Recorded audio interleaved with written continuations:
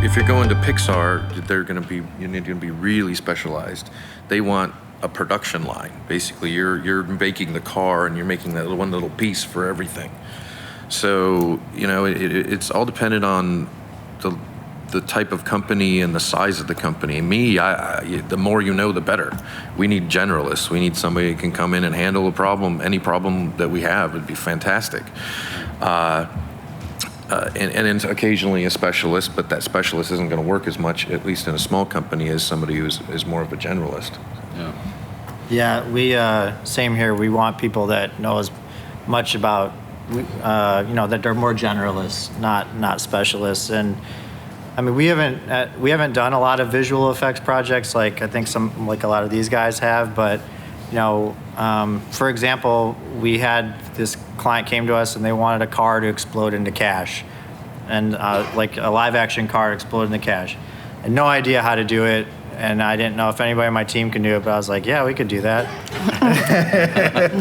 And I asked them first, do you think you can do it? Like, oh yeah, and then I had a backup guy just in case. Like, can you make it more organic? And it's like, I don't know, when's the last time I saw a car burst into cash? What do you mean organic? But we took it on, we did it in house, and it looked awesome. Like it looked like real cash. Yeah. So it was really cool. But and I kind of lost my train of thought. Yeah. So we're looking for more generalists. That was something we did in house. That's what I was getting at. We just did it ourselves because we had enough experience to get it done in house. I lost my train of thought thinking about exploding cash cards. They're going to have one tonight at the ceremony, by the way. No, like for me, the visual effects and motion graphics and the differences of it, a few things I want to touch on.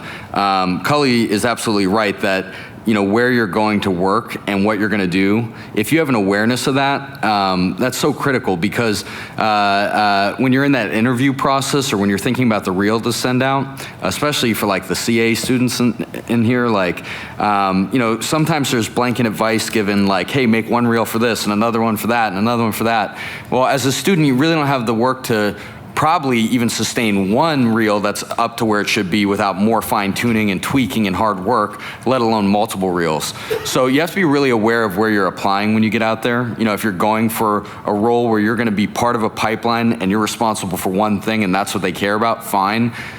Use that to your advantage in an interview. If you're coming to interview at my company, I need people that can make it look good. I need people that are versatile. I need people that can sit there and figure out fluid dynamics, and then the next day turn around and extrude a logo and make it look glossed out, and then get the lights rendered, get it into After Effects, treat it, get it rendered for me, zip it up, and get it ready to go. So I need people that can handle both sides. When I first came to Full Sail, I was very interested in film, visual effects, and compositing. I thought I wanted to go be a pipeline guy, work on that. And one of my good friends was in the equivalent of DAD today with the digital design, and he showed me some things about motion graphics. And I was so attracted to the freedom and the flexibility of motion graphics. It was so liberating.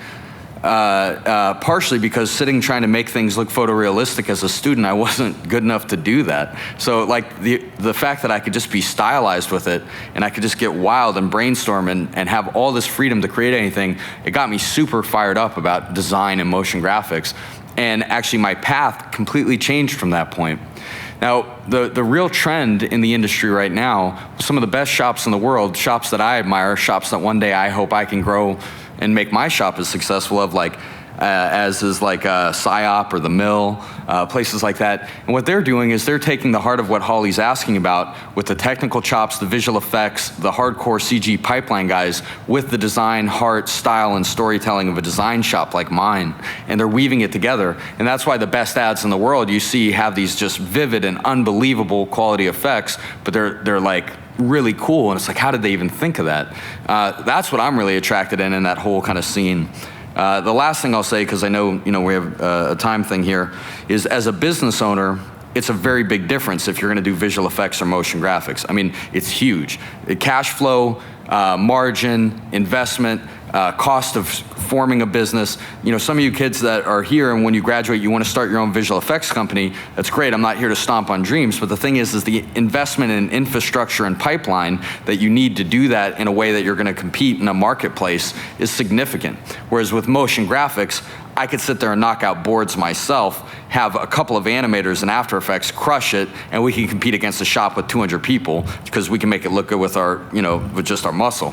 So it takes a lot of money, in my opinion, to compete on a high level in visual effects. So as a business owner, I personally go after more motion graphics jobs, you know?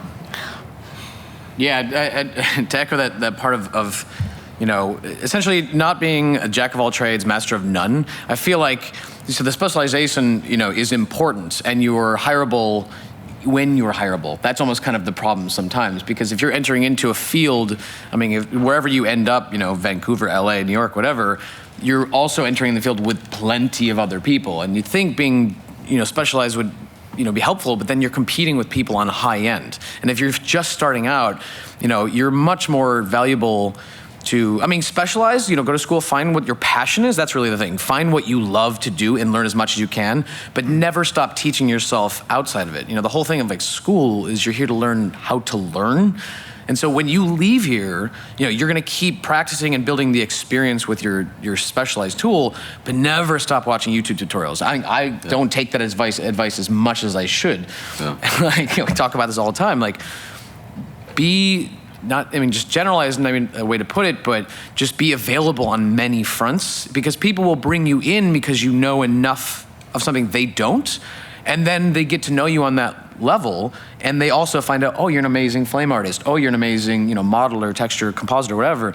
Then you're creating a relationship. Yeah, because the only real way, the most important way to make, or most consistent way to get work in this industry is connecting with people and making relationships. This networking thing is key. That's the whole thing of like, your work may be amazing, but if I don't like you, you know, there's like a side note, like of something that people probably don't think about learning is like scripting, Python scripting. Totally. There's so many jobs out there for scripting that they can't fill them. But it's not glamorous enough. It's not. Yeah. Pipeline and scripting. It's one thing that I'll chime in on too is like, I would never in a million years hire a specialist that's a student, because for my business, if I need a specialist, I need somebody that is gonna be potentially more expensive, but they're gonna nail it. You know, like if I bite off more than I could chew or get some gig that needs a really complex shot that I can't handle, then I'm hiring like if I'm doing something that Cully does with cleanup, making it look perfect, I'm not hiring a specialist like that that's out of school. I'm hiring Cully. You know what I mean? Like, I need somebody to nail that. So I think that's something to pay attention to. If you have like brain surgery about to happen, you want somebody who has experience, not just enthusiasm. Yeah. Where if you work your way up, you know. I hope, mark that on the tape. That should go on the, that's a good one. the highlight reel right there. That's money.